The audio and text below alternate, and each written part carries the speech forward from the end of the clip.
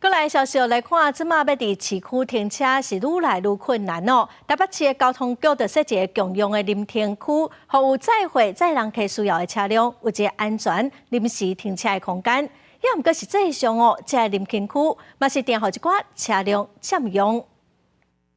台北市道路的空间有限，加上去年道路交通管理处罚条例新制上路了后，针对临时停车有严格规定，合计停车含货车一寡定定有临停需求的司机，感觉找无位通停。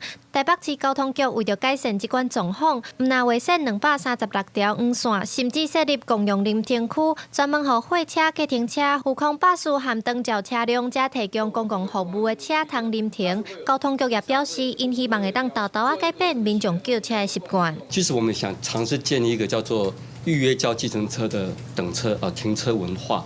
如果我们这边越来越普及社区都有好几处的话，事实上就可以约我们的那些轿车，好说，你就在哪一个格位来停。不过，计程车司机和部分民众却认为，要落实真无简单。我叫计程车就是我要在那边想直接上车，我还要走到这边，那我坐公车就好了。我觉得蛮受用的，上班族很需要这种就是临停的空间，让我们能够好好的上计程车。问题你都要看人客啊，伊若知上好，问题是伊若唔知影这个规定啊。 伊共款，伊嘛是我徛伫个遮，我手摇咧，伊客人车就过去啊。